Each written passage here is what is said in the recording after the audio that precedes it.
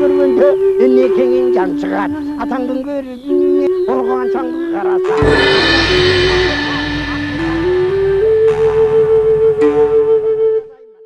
Assalamu alaikum урматтуу телекөрүүчүлөр, кайрадан сиздер менен башканы коюп Манастай теле долбоорубуздун кезектеги чыгарылышын тартуулайбыз. Бүгүнкү чыгарылышыбызда биз өткөндө маегибиз аягына чыкпай калды эле. Маектешибиз коомдук ишмер Кыргыз Республикасынын толук ыйгарымдуу элчиси, Кыргыз Республикасынын куралдуу күчтөрүнүн генерал майору, экономика илимдеринин кандидаты Мамбет Жунус Абылов мырза. Мамбет Жунус мырза, кайрадан биздин студиябызга куш келипсиз. Биз өткөндөгү маегибизди улантсак. Космофилософ Мурат Мусабаев деген жигит бар. Анан ал айтып атат, Туура деген бул кыргыздын эле Туура деген мен аны окугам. Анан ошол жанагы 5 китептен турган Туура бул кыргыздардыкы деп айтканы бар да. Ошо сиздин айтканыңыздагы азыр ошону менен туура келип төп келип атат да. Мен жанагы аны китеп аркылуу тактап чыктым да. Китепти жанагы экөөнү талдадым да, алып алып. Самартяндын Тоорасы менен өтөс 5 китеби менен веткизип атты 5 китепти. Ошондо жана мен жөн эле жанагы окшоштуктарды айтып аткан жокмун да, Манасия деп. Жана негиздерди айтып атам го, эмне себептен айтып атат. Ал деген буну эч ким тана албай турган негиздер болуп атпайбы? Кыныксыз негиздер. Ошондуктан мыналар чыгып атат да. Ошо менен жана биринчи ошо кутуйлерди Кудайды элдин аң сезимине уюткан эл катары караш керек. Кутуйлер адам баласына Кудайга жол салган эл болгон. Кутуйлер монотеизмди ачкан эл болгон. Мына биринчи эме муну еврейлик деп койду. Эми экинчи диндин тили шумерлердики деп атат. Диндин тили шумерлердики дейин десеңиз, Кудай деген ат кут деген сөздөн келип чыгып атса. Кудайга ишенүү, Кудай пайда болгондон кийин чыгып атса. Анан кийин ошол Кудайды, ошол кут Кудай деп туруп, бүт эл ошону туура год, Кудал, Ехуд деп ушинтип жүрсө. Бул кутуйлердин тили болуп атпайбы? То есть бул шумерлердин тили, меселе кутуйлердин тилин, мисалы үчүн монотеизмди, кутуйлер монотеизм еврейлерге алып алышкан, еврейлерге муну буруп коюшкан. Кутуйлердин дин тилин шумерлердики деп коюшкан. Үчүнчү бир таң калыштуу нерсе да. Мен муну эметкенде чачым тик турду, чындыгында да. Эми дүйнө жүзүндө биринчи деп аталган чопого түшкөн шына тамгаларды тарыхчылар шумерлерге таандыктап беришет, билесиз. Бул адамзаттын биринчи жазмасы деп аталат. Ооба. Цивилизациянын башаты деп аталат. Ооба. Туурабы? Шумерлер турган деп. Бирок шумер деген эл жарык дүйнөдө болгон эмес экен. Алар кайдан келген, теги урпагы ким деген суроолорго тарыхчылар бүгүн да жооп бере алышпайт. Туура, бул жөнүндө айла кеткенде шумерлерди жерде жок күчтөр менен байланышкан эл болгон деп тарыхчылар чылгый бир мифти айтышат. Анан башка планетадан келген, башка планетадан келген, ушундай анан үйрөткөн деп айтып. Ушундай айтып жүрөт да, бул эл эмес, ушунда ошону жазма деп. Анан байыркы чопо тамгаларды кайсы эл ойлоп тапканын жашырыш үчүн эле ушундай шумер деген атты 19-кылымда тарыхчылар алып чыккан. 19-кылымда шумер деген ат терминди чыгарып, ал эми жанагы 4000 жыл мурунку эмегени ошо жерде ушулар жазган деп атат. Кудайды бир карагандай калпта. Өзү мына асиролог ошол Месопотамияда табылган чопо такталардын бетиндеги шына жазууларды изилдеп, ошону окуп, өмүрүн бүт ошого арнаган Лео Оппенхейм деген немис окумуштуусу бар да. Анан ошол киши дагы бул ошол такталарды изилдеп жүрүп анан окуган. Окуп, жанагы Гилгамеш, Энкиду деген эпостордун барды экендигин, анан ал такталарда жанагы Месопотамияда эмени касканда 19-кылымда бир дөбөнү касып атып эле, ошо дөбө маданиятынан анан жана бирин жана чопо такталарды таап, андагы жазууларды изилдешип, эме кылып көптөгөн жылдар изилдешкен да. Бирок анан жана шумер дегенде эметкенде сиз айткан эле маселени ошол Лео Оппенхейм да коет да. Бул ушундай маданиятты сактаган, ушундай маданиятты эметкен эл эмне үчүн жок болуп кетти? Бүгүн булардын урпагы эмне үчүн жок? деген суроону койгон да. Анан чынында эле биз аны шумер деп, бул байыркы бир эл деп келебиз да. Бирок ошол мезгилде шумерлер бул кыргыздын бир аты деген дагы адамдар бар да. Эми мындай да, бул научный тил менен айтканда бул шумер деген бул элдин аты эмес, бул жана неологизм деп коет да. Бир белгисиз элге шумер деп аткап койгон да. Шумер деген эл жашаган, бул бир. Ошондуктан шумердин каяктан келгенин эч ким айта албайт. Бул бир. Экинчи, шумер деген ат химер деген сөзгө байланыштуу чыккан. Химера деген сөз. Химера деп бул илимий чөйрөдө балык, бир балыктын атын аташат. Экинчи тарых чөйрөсүндө мына бул хазарларды аташат. Химера деп. Эмне үчүн дебесизби? Балык эмне үчүн айтат? Ал балыкта эки признак бар да. Акула менен скаттын признаги бар. Ошондуктан невозможно сказать, от кого кайсынын эмес урпагы. Тиги акуланыкыбы же скаттыкыбы. Ошондуктан химера деп коет. Эмне үчүн хазарларды химера деген? Хазарлар вроде түрктөр, дини иудейлер болуп, иудаизмге өтүп кеткен. Ошондон булар түркпү же еврейлерби деп. Кстати, ошо Хазар каганаты Манаси Адин деген иудей башкарган. Манаси Адин деп турат. Ошондон булардын дагы жанагы Хазар каганатынын дагы баягы негизги эмесин билинбегендиктен буларды химера деп койгон. То есть булардын ата теги белгисиз. Ата теги да. Эми шумер дегендин ошо уйкаштырып эле койгон. Шумер деген тукум белгисиз. Химер деген ата теги белгисиз, шумер деген тукум белгисиз деп ошону менен коюп койгон. Себеп дегенде шумер деген атты коюп туруп, андан ким десе эле эч ким жок. Түшүндүңүзбү? Ошону менен химер менен шумер деген ат бул искусственно коюлган ат, ошондуктан да, ошондуктан муну неологизм деп коет экен, тиги ученый дүйнөсүндө. Эми мен бул эмне үчүн мен кутейлерге таандык деп атам бул жазууну. Мунун эмесин деле өзүңүз деле байкап көрүңүз канчалык чындыкка жакын экенин.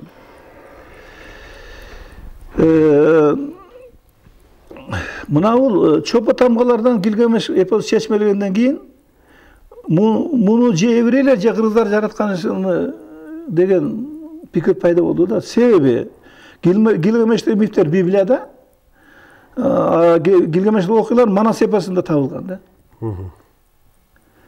Гильгамеш ушу эки элдин бирөөсүнө таандык экенин билдирип турат да. Себеп дегенде алардын ошо бирөөнүн оозунда болбосо, бирөөнү бирөө укпаса, бул эми эки элге тарабайт болчу да.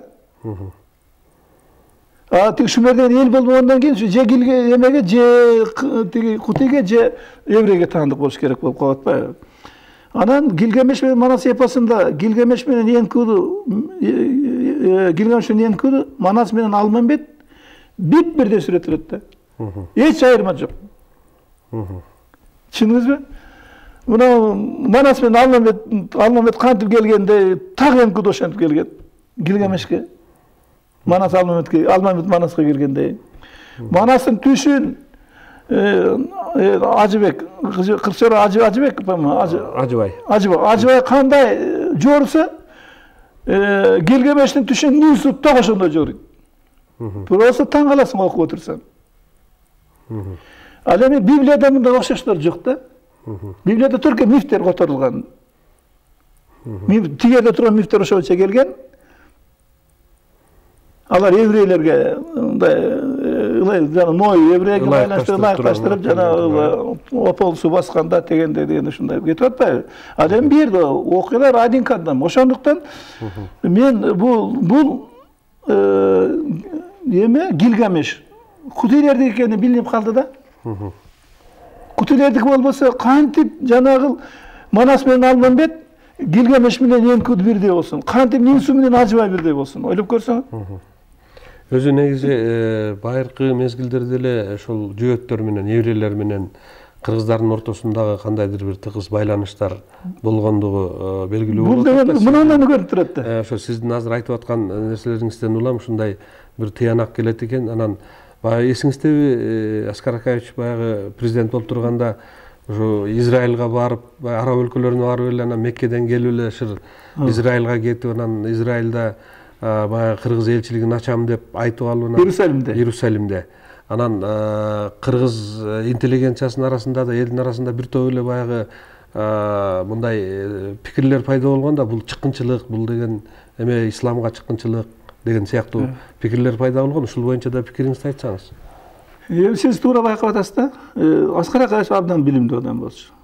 Мен оюмча Аскар Акаевич муну баягы так билбегени менен билимдүү адам туйганда, ошон үчүн жана Иерусалим ушундай бир уютку жер болсо, дүйнөнүн 3 эң таанымал дини ошол жерде жаралса деп ошон үчүн айтканда, муну эми чыңкылчы деп кыргыздар, ошондо деле кыргыздар Аскар Акаевич чыңкылчы деген эмес. Муну сиз момундар чыккынчы деп айткан деп түшүнсө болот да. Бул совет доорунда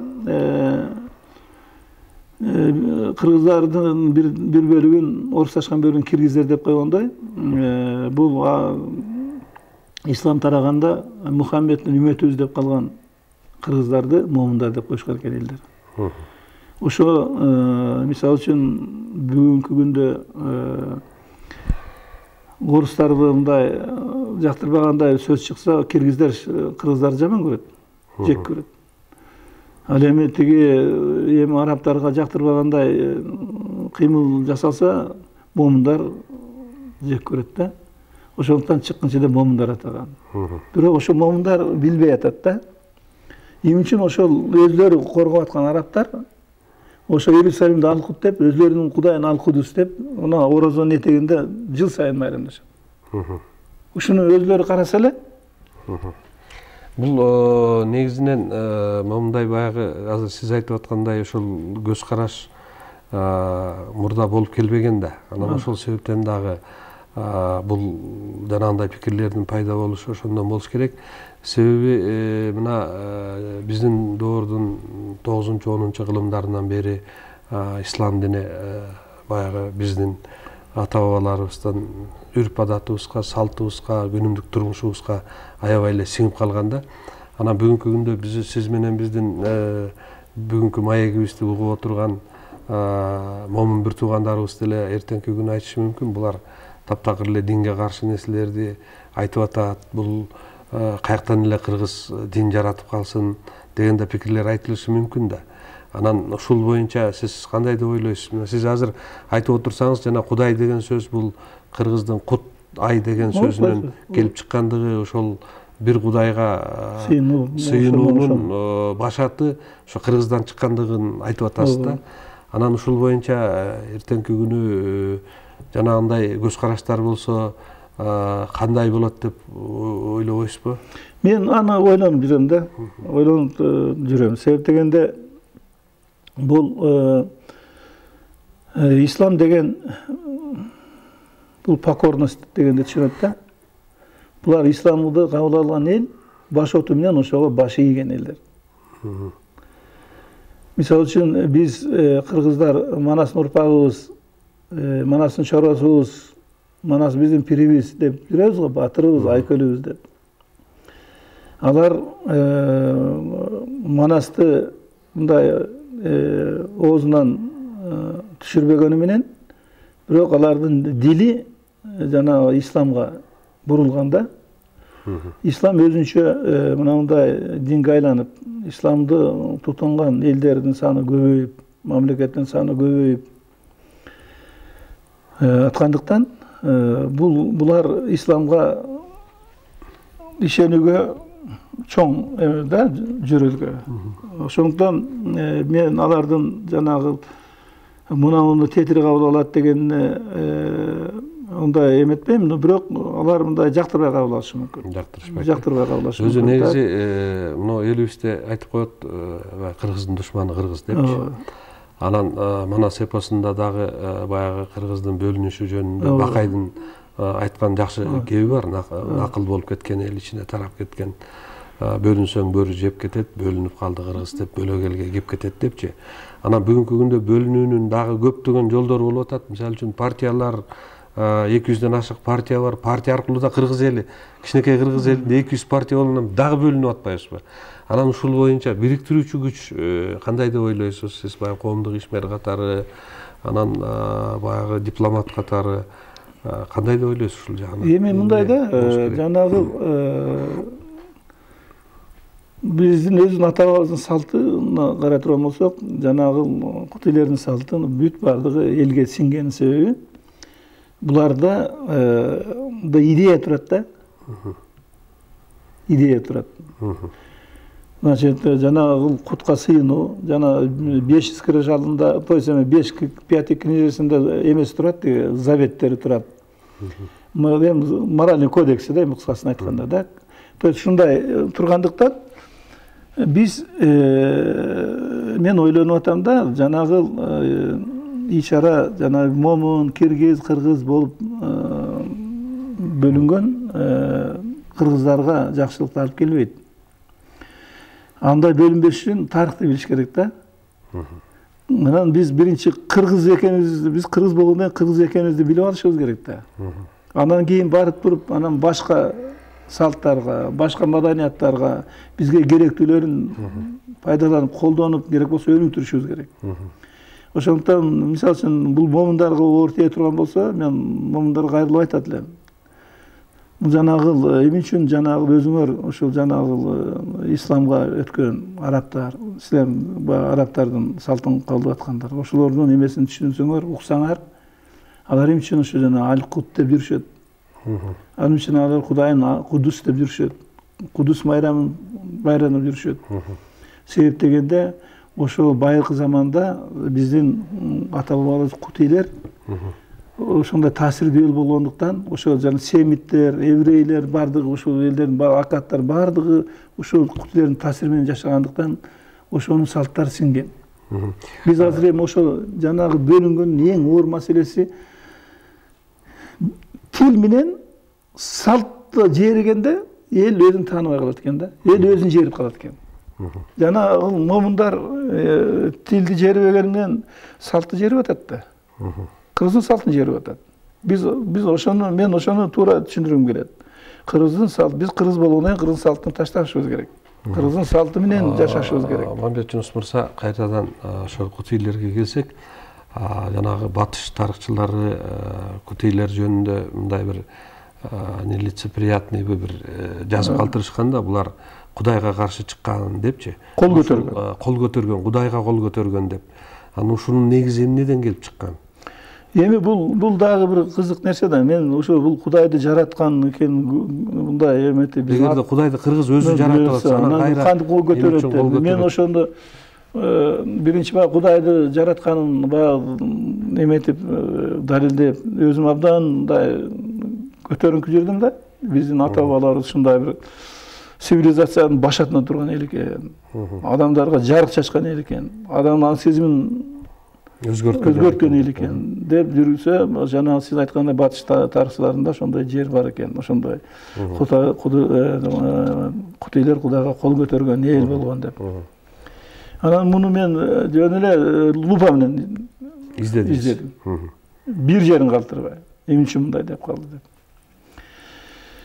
Анан мунун себеби жөнөкөй эле экен да. Мисалы үчүн Кудай эми көктө көргөч болсо, кантип кутуйлар ошого жетип барып кол көтөрөт. Эми бул ракета болбосо суу кечпеген нерсе да. Бул жана шумерлер бир башка планетадан келип, анан ошо менен байланышкан дегендей эле бир нерсе да. Балким бул жанагы өзүн Кудайбыз деген, өзүн Кудайбыз деп аталган падышаларга каршы кол көтөргөн. Ошондуктан мындай болгон да. Бу жерде Месопотамияда биринчи шумерлердики деп атап атпайбы, шумерлер ушундай цивилизацияны алып келген деп ошондон башталат да Месопотамия тарыхы.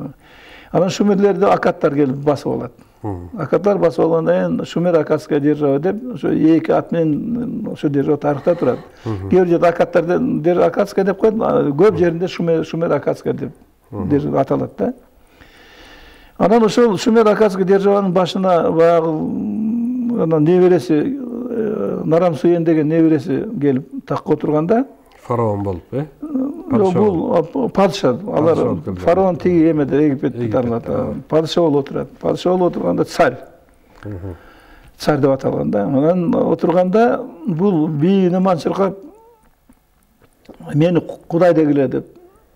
Мен Кудаймын деп анан элге таануу. Адамдардын тагдырын чечип коет. Анан кийин Кудаймын дегенден кийин бул деген неприкасаемый биринчи. Экинчи эмне хочет ошону жасаганга укуктуу. Каалаган жасаган. Жана эми падыша болуп турганда да ограничение бар да, мисалы үчүн. Кааласа өлтүрүп, кааласа өлтүрөт. Анан ошо менен ал ушул мыканчылыкка эметип, элди мени Кудай деп сезсин деп мыканчылыкты баштайт. Элдер корккондон анан башы баштайт да. Жана эми сиздин жана сөзүңүзгө да кошумча жана айтып атпайсыз, момундар таарынат го деп. Мисалы үчүн бизде мусулман Азирет Айтын кылычы менен Азирет Алынын кылычы менен деп мусулман кылган деген сөз бар да, туура. То есть ушундай кылат да деге. Мен Кудаймын. Ким мени Кудай деп тааныбаса жок кылган. Анан кийин элдерден мунун эмесинен коркуп бири-бирин сатып. Нарамсуен сиз небереси дедиңиз. Кимдин небереси? Бул Саргондун небереси. Саргон падышанын небереси. Анан ошол эмеге тиги анан элдер аны Кудай деп, анын жанагы зомбулчулугун, мыканчылыгын көргөндө эми Кудай мында калыс болбой турбайбы? Де анан Кудайга ишенүү элдер түшө баштайт. Элдер Кудайга ишенбей калат. Кудай ушундай болсо биз эмне үчүн тигил эл дагы ошол Сарамнуенде Кудай катары кабыл алып алган го. Кабыл албаса өлгөн. Анан ошо менен ушунда жаралгандан анан Кудайды тапкан, Кудайга жол ачкан, Кудайды элге сиңирген кутуйлер буга чыдаган эмес да. Чыдабай анан ошондо тиги Нарамсыйга каршы согушка чыккан. Ошондо анан согушка чыгып туруп Нарамсыйды жеңип Месопотамияда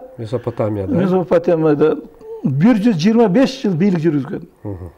125 жылды жүргүзүп, ошол Кудайды кайтып калыбына келтирген. Анан ошондуктан ошондо жанагы Нарамсыйды талкалаганда Нарамсыйдын бир кызматчысы Кудайга кол көтөрдү деген эмени айткан да. Сөздү кыйкырып. Ошол сөздү тарыхчылар илип алып, мынау жана кутуйлердин эмелерин бурмалап койгон да.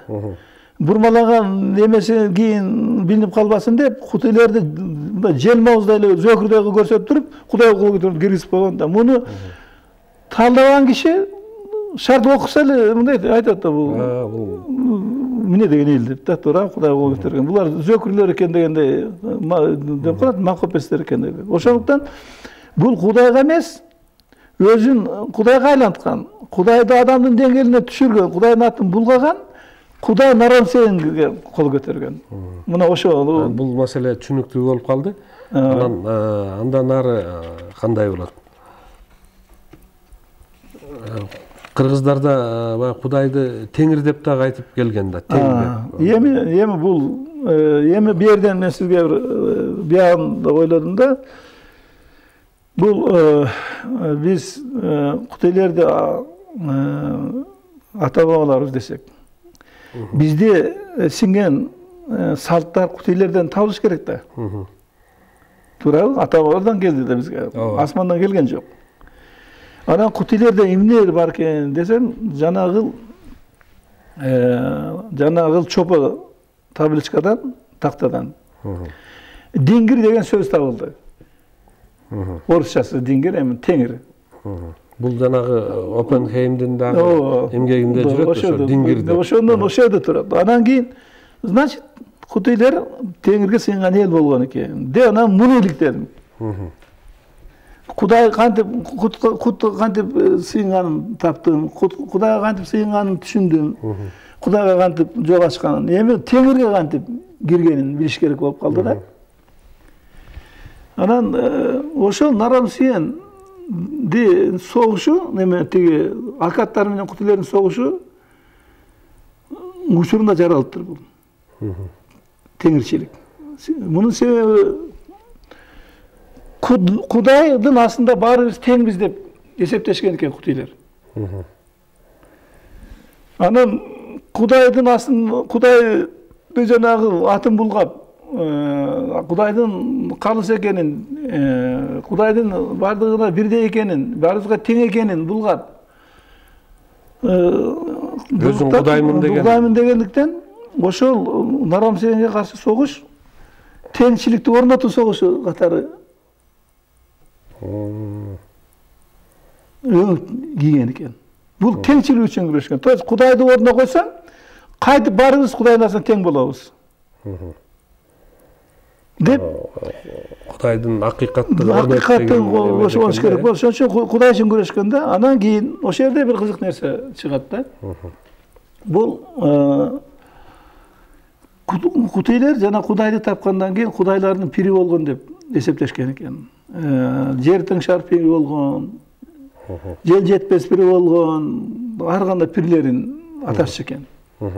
Анан биздин Манастын көрөгөчтүгүнөн Манасты да пир деп. Ошо Пирим Манас деп. Пир деп аташчу экен Манасты. Анан теңдиктин пири Теңир деп аташчу экен. Теңдиктин пири, Кудайдын пирлеринин ичинде теңдикти коргоочу пири Теңир деп аташчу экен. Анан кийин жанагы Нарамсен менен согушка чыкканда, согушка көтөрүлгөндө, жанагы Пирим Манас колдосун, Теңирим тең кыла көр, Теңир колдой көр деп урам менен чыккан экен. Ошондо Теңирим тең кыла көр. Анан Нарамсенди уткандан кийин бизди Кудай колдоду. Бизди Манас колдоду, Көкжал Манас колдоду. Теңир колдоду. Теңир колдоду. Деп анан Теңирге сыйынып башталат экен. Теңир тең кыла көр, тең кыла көр. Бул деген өтө эме болот экен. Себеп дегенде бу жерде бир нерсени түшүнүп калат экен, Теңирдин күчөп кеткени. Кутейлерде. Тиги бу жана Нарамсендин жана Кудай деп аталганы бул ушунчалык жугуштуу болуп тур да. Себептен Нарамсен Кудайга айлангандан кийин ал кол тийбес болуп калганын көргөн элдер баардыгын ошонун жетекчилери баары Кудайга болгусу келип калган да. Пока 125 жыл бийликте турганда эч кимиси баш көтөрө алган эмес экен. Кудайды таанып калышкан экен кайтып.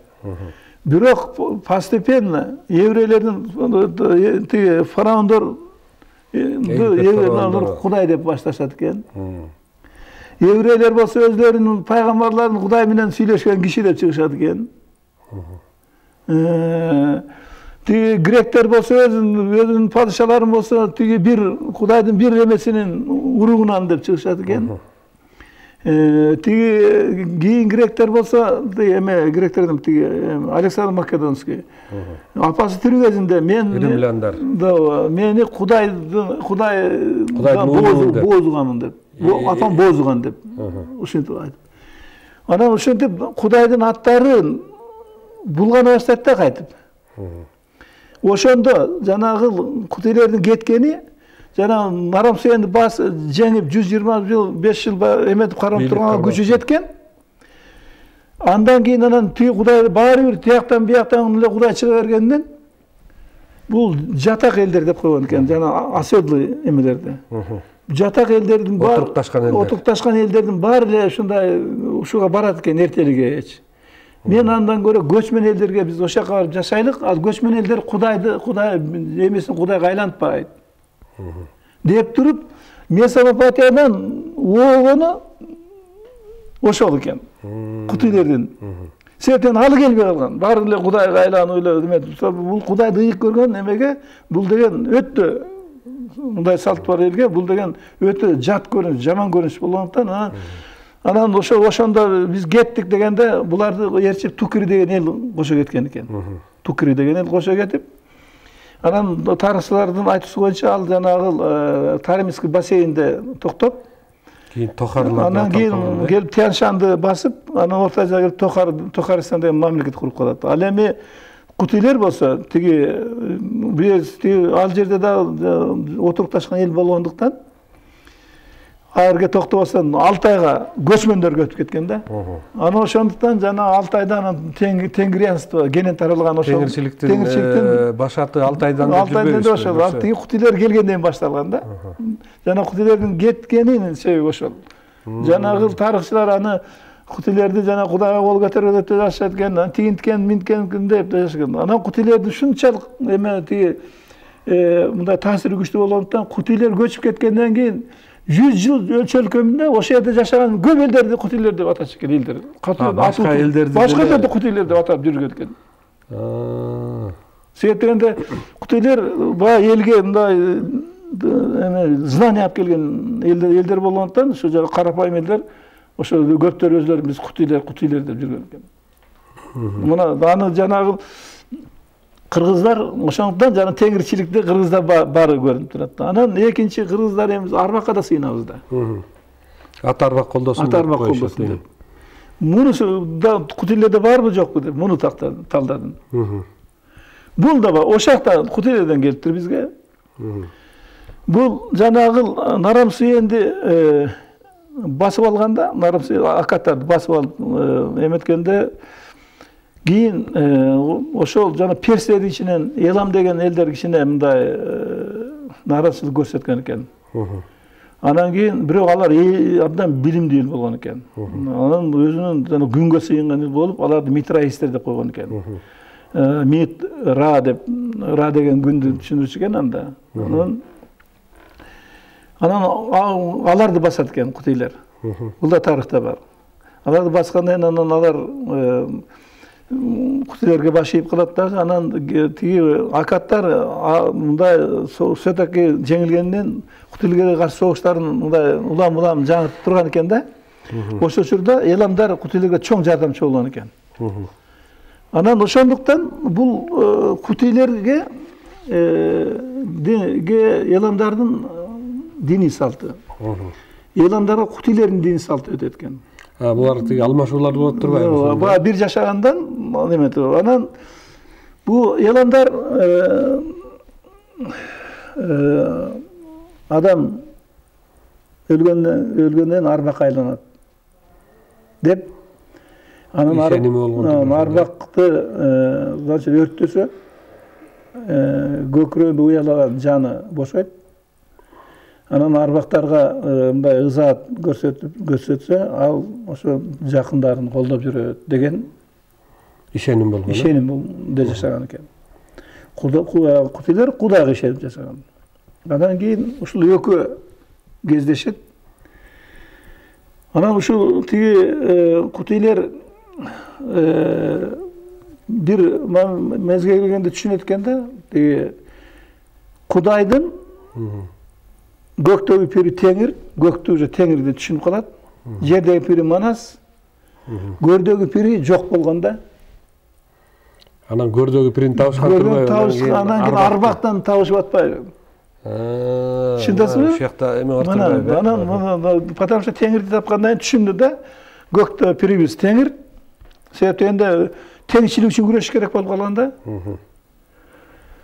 Жердеги пирибиз Манас, көрдөгү пир арбакта, анан арбакка сыйынып башталган экен. Ошондон башталып, анан жана ат арбак колдой көр деген сөздөр ошондон башталып, тиги эмеге жоокерлери согуш майданында же башка жерде каза болсо, сөөктөрүн таштабай айылына келип алып келип көмүп, аны жасабагандарды ат арбак урсун деп каргаш экен.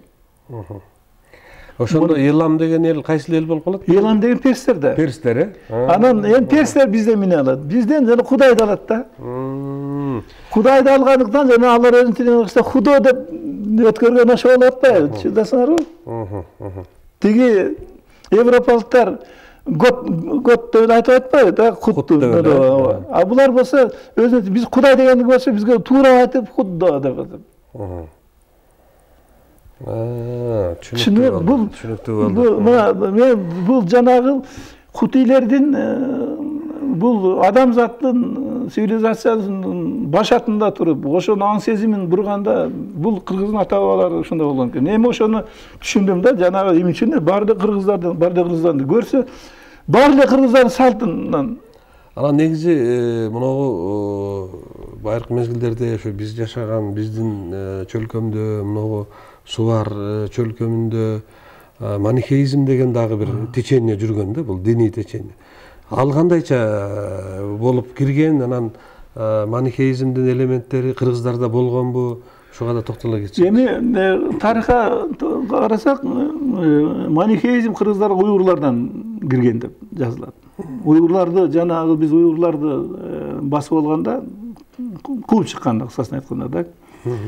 Анан тиги уйгурлар эмеге Кытай тарапка качып өтүп кеткен да, жана Восточный Түркістан деп атпайлык ошо жака. Анан калып көптөрү калып калган экен. Эми көчүп качып кете албагандар кыргыздар. Алар баягы уйгурлар манихеизмди кармаган эл болгондуктан буларды тиги кыргыздарга таралган деп биздин тарыхчылар жазат. Кыргыздар манихеизм болгон деп. Ал ана манихеизмди карасак, манихеизм башаты ошол тетиги эмеден башталат экен. Месопотамиядан. Месопотамиядан. Ал ошол жерден башталып, аны жанагы миссионерлер келип тараткан деп жазылат экен эмеде. Тарыхта ошондой айтылып жүрөт. Анан негизинен жана эмелер, мен манихеизм жана эламдар менен кутуйлар бири-бирине жана диндери сиңишип, бирин кабыл алып, бири-биринин салттарын кабыл алып калганда манихеизм деп айланган экен. Себеп дегенде жанагы арбакка сыйынган эл, ошо арбакты жанагы адамдын көкүрөгүн көрсөтүп, бул көкүрөктү ложа души, жандын уясы. Анан кийин анын башына тиги короздун калпын кийгизип, колуна күн карматып, бир колуна ай карматат. Бир колуна жок, колуна күн эле карматат. Бир колуна камчы карматат. Анан бутуна жылан каптап. Буттун ордуна эки жылан, эки буттун ордуна эки жылан. Анан кийин алар мындай деп эметчикен да. Жана арбакка сыйынган элдер. Бул алар кутка сыйынган эл болгондуктан бул күн, күнгө сыйынган күн бул нур берет, энергия берет, жарык берет, караңгыны өчүрөт.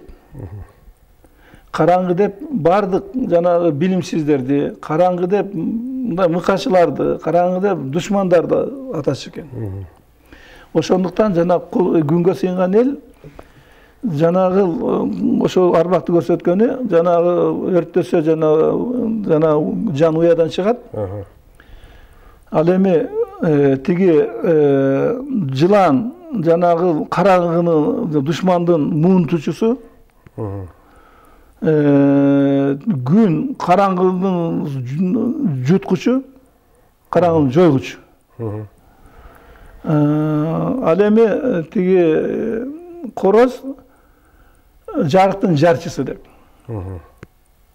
Ушундай символдорду пайдаланышкан турбайбы? Ошентип символ эметип, анан ошо символдорду эметип алып ошого сыйынышчу экен. Душмандардын, эламдардын эмеси да. Анан кийин бул жана арбакты кабыл алганда буга эламдар арбак биздин Кудайды кабыл алгандан кийин ошо өзүнүн арбаксасына асманына биздин ай менен кутту кошо илет. Ошондуктан тарыхчылар манихеизмди диндердин айкалышкан перекрестогі деп, айкалышкан бири-бирине сиңген жери деп айтат да.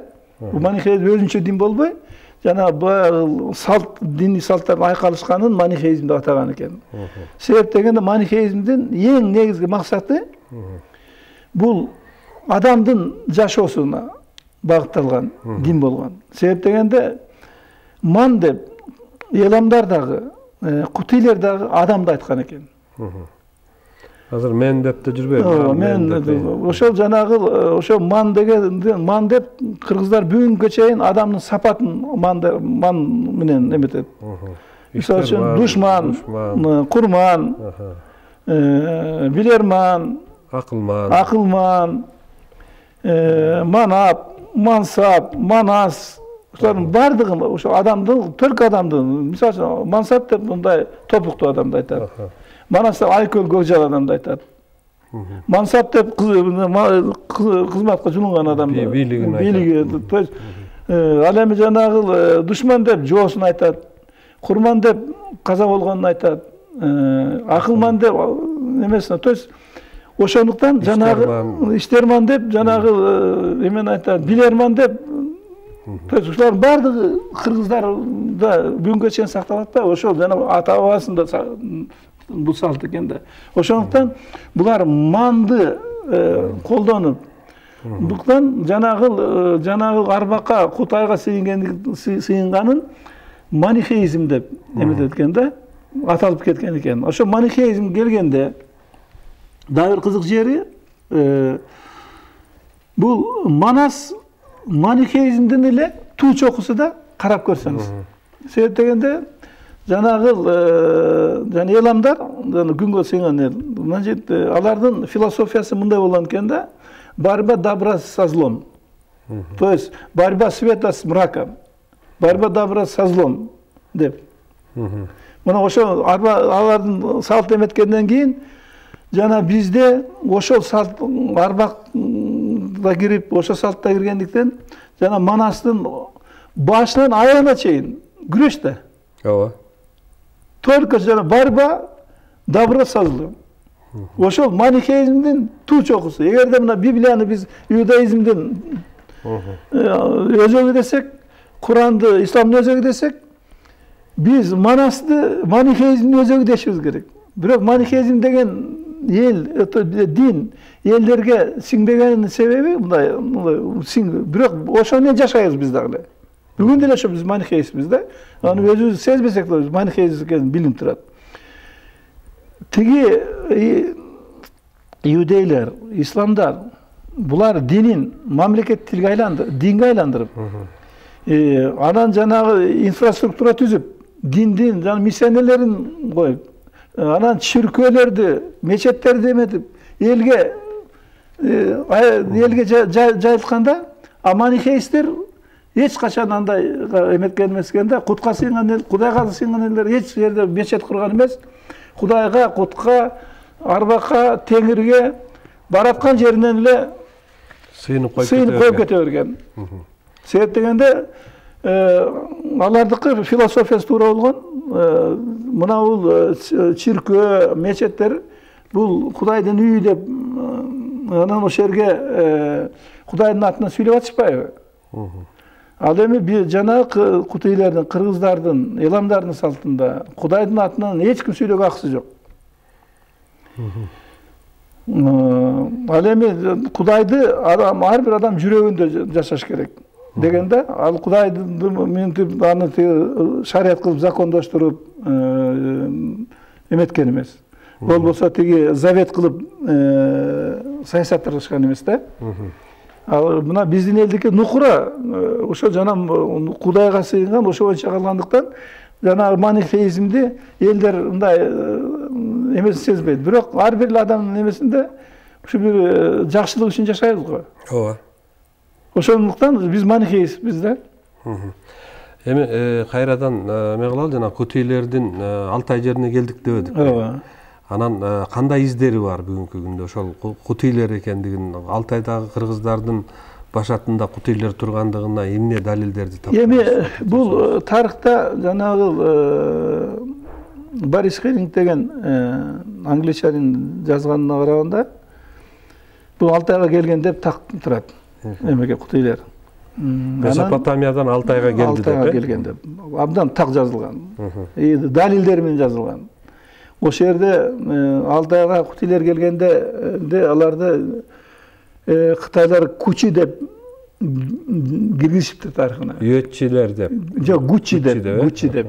Кучу деп. Просто таң каласың да. Анан кийин экинчи Гумилевдин китебинде бир баян бар экен. Жана Бондачар тууралуу айтканда монголдордун. Ошол тууралуу айтканда айтып келип, жана бир топ элдерди атап келип, анан кийин куят кергесиздер деп ошонун ичине киргизиптир. Куят кергесиздер деп туруп, анан отдельно ошолордун ичинен куят кергесиздер Чыңгыз хандын тукумунун баш аты деп жазыптыр. Лев Гумилевде турат.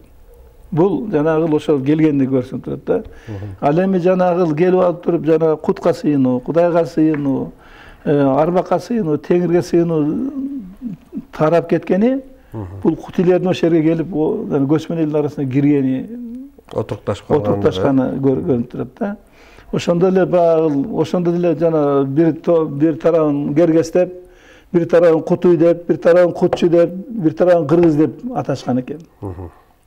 Анан кийин Кыргыз доминировать этип кеткени, кыргыздар держава курганга жетип калат да. То есть бул уже жана этнонимден политонимге айланып кетет. Ошондуктан Кыргыз деп аталып калган. Анан кийин Кыргызды өзүңүз деле окусаңыз керек. Аябай көп сандуу эл деп жазат го тарыхта. Ал көп сандуу эл дегени ал саны кыргыздын санынын көбүнөн эмес. Кыргыздын салтын кабыл алгандардын баарына кыргыздар деп койчу экен. Кыргыз болуп калды деп. Түшүндүңүзбү? Кыргыздын салтын, кыргыздын өнөрүн, жана ырчылык өнөрүн ушуларды кабыл алгандары кыргызга айланып калды деп кыргыздар деп айланып. Ошон үчүн кыргызда саны жок кыргыздар деп аталып жүрбөйбү так. Ошо мен окуп таң калдым да, кандай саны жок. Ушундай көп болсо анан каяка кетип аз эле болуп турсак, каякта деп көрсө, ошо кыргыздын санын деп, кыргыздын салты жаралган элдердин баары да кыргызга болуп калды деп эсептешкен, кыргыз болуп калды деп. Ошондон баарын кыргыз катары кабыл алган. Дагы бир маалымат, мынагу Кытайдын жазмаларында бар экен. Тан империясынын убагында, бул орто кылымдарда да, Кытайдын императорунун дворунда кыргыз тили мода тил болгон деген. Жана 19-кылымда орус дворяндарынын баары француз тилинде сүйлөгөндөй эле Кытайдын баягы интеллигенциясы кыргыз тилинде сүйлөгөн деген дагы маалыматты угуп алып мен аябай таң калгам да. Анан бул чынында эле эгерде бир мезгилде ушундай чоң держава болуп турса, анан биз бүгүн жана Кытайдын тилин, Япондун тилин, англис тилин, немис тилдерин, эл аралык тилдерди үйрөнүп аткандай эле, ошол мезгилдерде кыргыз тили дагы бир эл аралык тил катары эсептелсе керек. Ошондой болуп калган. Анан бул жагы экинчи жагы мынагу Батыш Сибирде, бүт кыргыз топонимдер, кыргызча топонимдер бүгүнкү күндө деле бар да, анын ичинде кутка байланышкан деле топонимдер бар да, Эми мына жанагы сиздин бир эмеңизге бир тактоо киргизип берейин. Кыргыздардын эми ошо Менсебайдан баштап, анан кийин кыргыздардын каяка барганын такташ Кут менен Манас аты чыккан жерлерди карасаңыз эле билип коесуз да.